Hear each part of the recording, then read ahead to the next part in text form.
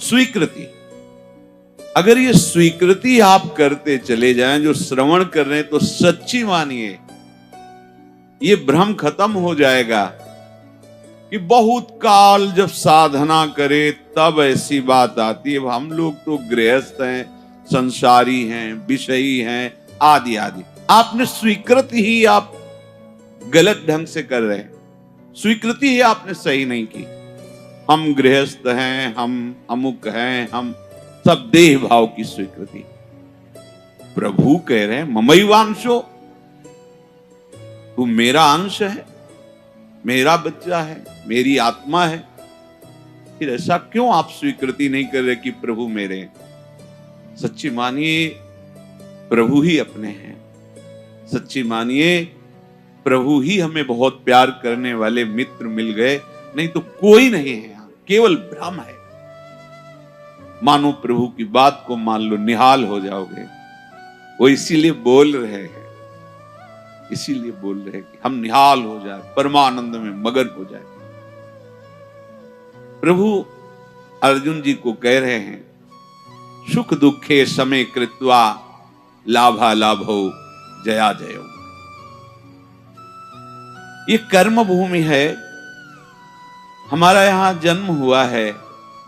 अपने शुभ और अशुभ दोनों कर्मों को मिटा करके वो परम लाभ जो किसी कर्म से नहीं होता वो हम करें। वो कौन सा कर्म है जो हमें परम लाभ देगा? तो कह रहे हैं जय और पराजय में समान भाव रखना ही वो समता रूपी महान धर्म है जो तुम्हें बचा लेगा। बड़े से बड़ा शुभ कर्म भी फांसी ही है।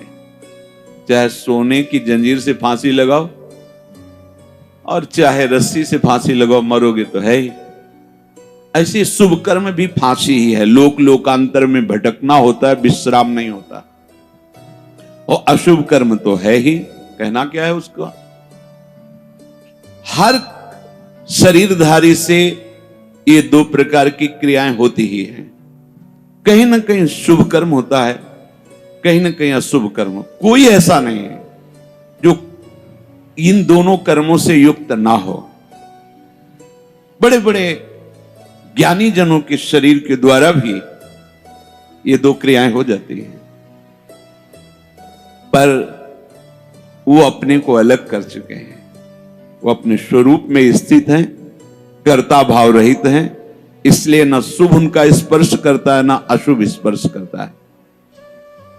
वो जान के कोई क्रिया नहीं कर रहे, संकल्प करके क्रिया नहीं कर रहे, स्वाभाविक हो रही। अब उसमें कुछ भी ऐसी घटना घट जाती है तो उसके वो करता नहीं है। इसलिए कहा गया कि जो आत्मज्ञानी महापुरुष है, अगर उसके द्वारा बड़े से बड़ा शुभ कर्म हो जाए तो कोई उसका पुण्य फल नहीं होता, और बड़े से बड़ा कोई पाप कर्म बन जाए तो उसका कोई अपराध नहीं होता, क्योंकि कर्ता भाव से रहित है। ये सबकी समझ में नहीं आएगा, ये आगे की बातें हैं जहां अहंकार समर्पित हो जाता है।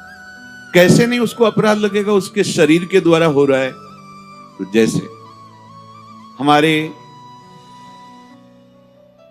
इस प्रदेश में जितने भी प्राणी वास करते हैं, फिर देश में, फिर हमारे विश्व में, तो हम एक प्रदेश से लेते हैं कितना अशुभ कर्म होता है और कितना शुभ कर्म होता है। क्या आपको दोनों का दंड मिलता है या पुरस्कार मिलता है? या आपको हर्ष होता है या शोक होता है? या सुख होता है या दुख होता है? नहीं होता। क्यों नहीं होता? क्योंकि हमारा संबंध नहीं। हो तो रहा है, शुभ अशुभ कर्म हो रहा है प्रदेश में, देश में, क्योंकि कोई भी शरीरधारी कर्म किए बिना रह नहीं सकता। और जो शास्त्र सम्मत कर्म करते हैं वो भगवत मार्ग के पथिक होते हैं। वो साधारण उनकी गणना नहीं आती शुभ अशुभ में, वो तो भगवत धर्म का पालन करने वाले होते हैं। वो तो महात्मा होते हैं, भक्त जन होते हैं, प्रेमी जन होते हैं। वो त्रिगुणातीत अवस्था की तरफ उनकी गति होती है। पर साधारण प्राणी प्रायः क्रिया किए बिना रह नहीं सकता। क्रिया होती है, और क्रिया जब अहम से होती है तो कहीं ना कहीं लाभ बुद्धि, सुख बुद्धि होती है। इसके कारण वो ये समझ नहीं पाता है कि धर्म है कि अधर्म है। और बढ़ता चला जाता है। कहीं खूब पापाचरण होते हैं, कभी कोई संयोग बन गया तो पुण्याचरण भी होते हैं, लेकिन आपको क्या फर्क पड़ता है? पूरे विश्व में दोनों प्रकार के कर्म हो रहे हैं, आपको क्या फर्क पड़ता है? कुछ नहीं। क्यों? क्योंकि उसका हमारा कोई संबंध ही नहीं है। समझ लीजिए। तो ऐसे ही विश्व का एक ये नमूना है, स्थूल शरीर, सूक्ष्म शरीर और कारण शरीर। जो भगवत तत्व के ज्ञाता महापुरुष जन होते हैं, बिल्कुल जैसे तुम्हारा प्रदेश के शुभ अशुभ कर्म से कोई संबंध ना होने के कारण न हर्ष है, न शोक है, न दंड है, न पुरस्कार है, ऐसे ही इस शरीर के द्वारा हुए शुभ अशुभ कर्म उसे बांध नहीं सकते। जिसने अपने स्वरूप को अलग करके इनसे संबंध त्याग कर दिया है। हमें हर्ष शोक दूसरे की क्रियाओं से इसलिए नहीं होता कि हमारा संबंध नहीं। ठीक ऐसे इस शरीर से जब ज्ञान प्राप्त हो जाता है, बिल्कुल जैसे भगवान ने कहा कि पुराना वस्त्र त्याग कर नए वस्त्र को धारण करते। सांप ने केचुल छोड़ दी, कोई संबंध नहीं। पुराना वस्त्र फेंक दिया, उसे कोई जला दे, कोई कुछ करे, कोई संबंध नहीं। वो उत्तम जगह में रखा जाए या अधम जगह में, कोई संपर्क नहीं रहता। ये देहाभिमान होने के कारण, देह भाव होने के कारण हमें अपने कर्मों का भोग भोगना पड़ता है। अब हमको जो भगवान उपदेश कर रहे हैं कि इस कर्म जाल से कैसे मुक्त होना है, क्योंकि अवश्य में भोक्तव्यम कृतम कर्म शुभाशुभम, भगवत वाणी, भोगना पड़ेगा निश्चित। अब कोई ऐसा उपाय जो हम इन कर्मों के जाल से मुक्त हो सके। भगवान कह रहे हैं कि जो भी आपके द्वारा हो रहा है, पहली बात तो जो कर्म हो रहा है वो प्रमाणित होना चाहिए, गुरुजनों के द्वारा शास्त्र सम्मत। मनमानी आचरणों की यहां चर्चा नहीं। यहां जो है तस्मात् शास्त्रम प्रमाणम ते, आपका कोई भी कार्य बिना प्रमाण वाला नहीं होना चाहिए, मनमानी नहीं होना चाहिए। उसका प्रमाण किसी संत ने कहा है, आचार्य ने कहा है, गुरुदेव ने कहा है, भक्तों ने ऐसा कहा है, ऐसा हमारे बुजुर्गों ने कहा है, यह प्रमाणित होना चाहिए। अब उस कर्म का अनुष्ठान करते समय हमारे हृदय में लाभ की विशेष आकांक्षा होती है, उस कर्म की सफलता की विशेष आकांक्षा होती है। अगर आप प्रभु की इस वाणी को नहीं मानेंगे तो बहुत धोखा हो जाएगा हमसे, बहुत गलती हो जाएगी। जैसे जिसको लगता हो कि ये सुख दुख समय कृत्वा लाभा लाभो जया जयो, ये तो केवल विरक्तों के लिए भगवान कह रहे हैं, ऐसा नहीं। देखो सबको लाभ इसमें है। एक विद्यार्थी है, वो विद्या अध्ययन करता है पास होने के लिए, पूरा प्रयास करता है। किसी कारणों से, खेल में ज्यादा बुद्धि होने से, प्रमाद बुद्धि होने से, या प्रयासरत है उतना मानसिक प्रबलता ना होने से चूक हो गई, उत्तर नहीं दे पाया और परीक्षा में फेल हो गया। अब ये सूत्र उसको पता नहीं है, न घर वालों को पता है। अब उसे बोलते हैं कि इतना रुपया लगाया, इतनी फीस भरी और तू फेल हो गया। मानसिक उसके ऊपर दबाव डालते हैं। वो शास्त्र ज्ञान से रहित, विवेक रहित बालक विचार करता है, घर वाले भी असंतुष्ट हैं और पास भी नहीं हो पाया, अब क्या करे? बोले मर जाना अच्छा है। देखो कई ऐसी घटनाएं सुनने को मिलती कि अमुक विद्यार्थी फेल हुआ तो उसने आत्महत्या कर ली। ये क्यों हुआ? ये विवेक ना होने के कारण। ठीक है, इस बार फेल हुए हैं तो अगली बार हम प्रयास करें जहां हमारी कमी रही। अगली बार भी फेल होते हैं तो केवल पढ़ करके, विद्या या अध्ययन करके ही जीवन रखना होता है क्या? अगर विद्या नहीं है तो वो जीवन नहीं है। अरे भाई ऐसा नहीं है, जीवन नष्ट करने का अधिकार तुम्हारा नहीं। किसी कार्य में असफलता होने पर अगर हम अपने जीवन को नष्ट कर देते थे तो बहुत बड़ा अपराध बन गया, बहुत बड़ी दुर्गति का कारण बन गया। हमें जो अवसर मिला था उन्नति का, हम अवनति में बदल दिया, बहुत बड़ी हमारी पराजय हो गई। इसलिए ये क्षमता आना अति आवश्यक है।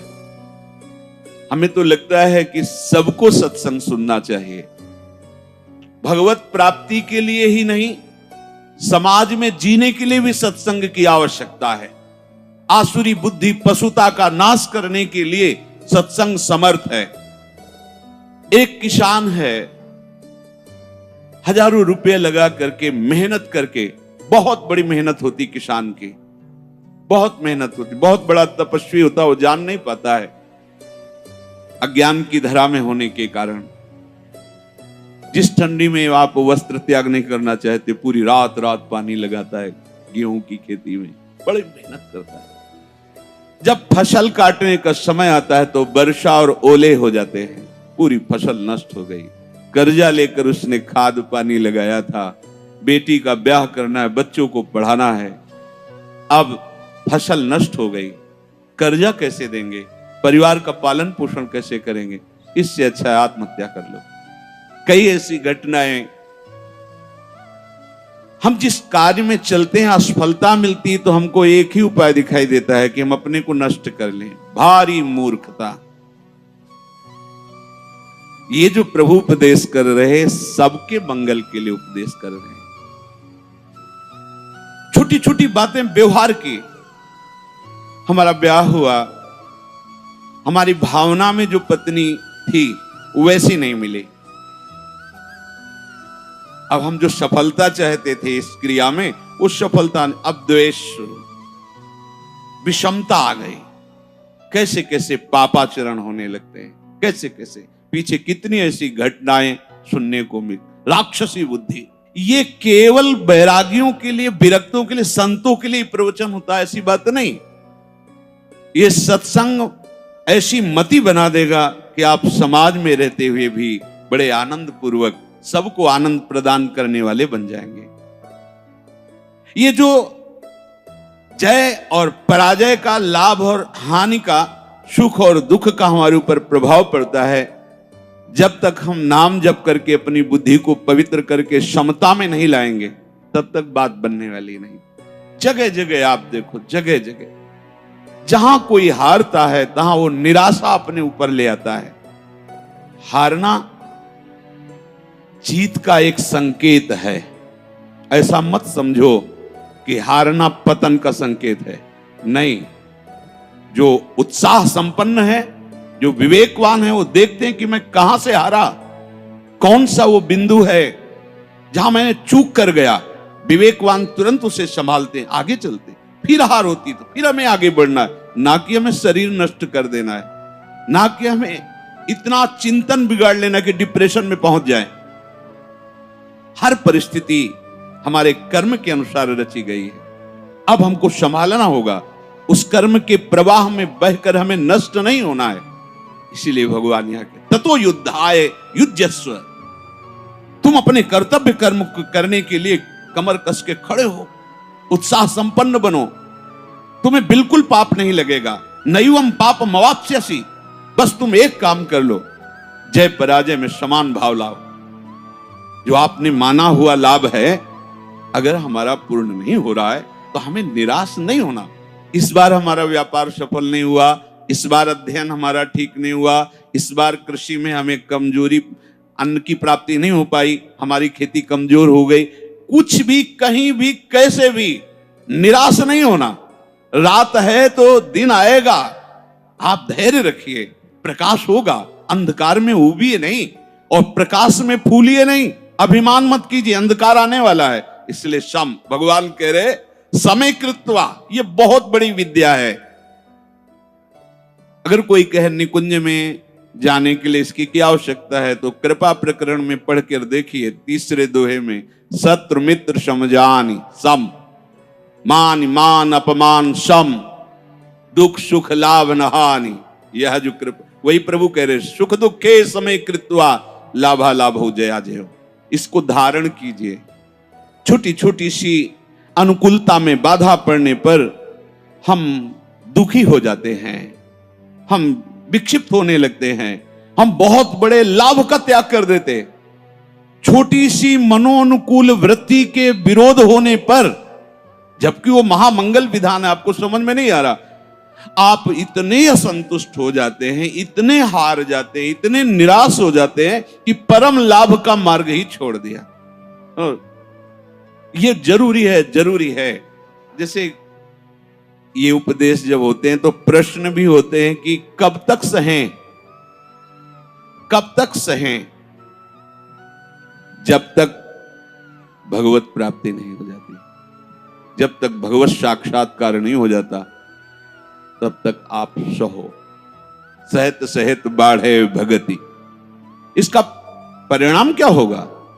हम तो बड़ा दुख सह रहे हैं, अपमान सह रहे हैं, विषमता सह रहे हैं, इसका परिणाम क्या होगा? भगवान कह रहे बिल्कुल निश्चिंत रहो, महाभय से तुम्हारी रक्षा निश्चित यही कर लेगा। समता, किसी के आशीर्वाद की जरूरत नहीं है।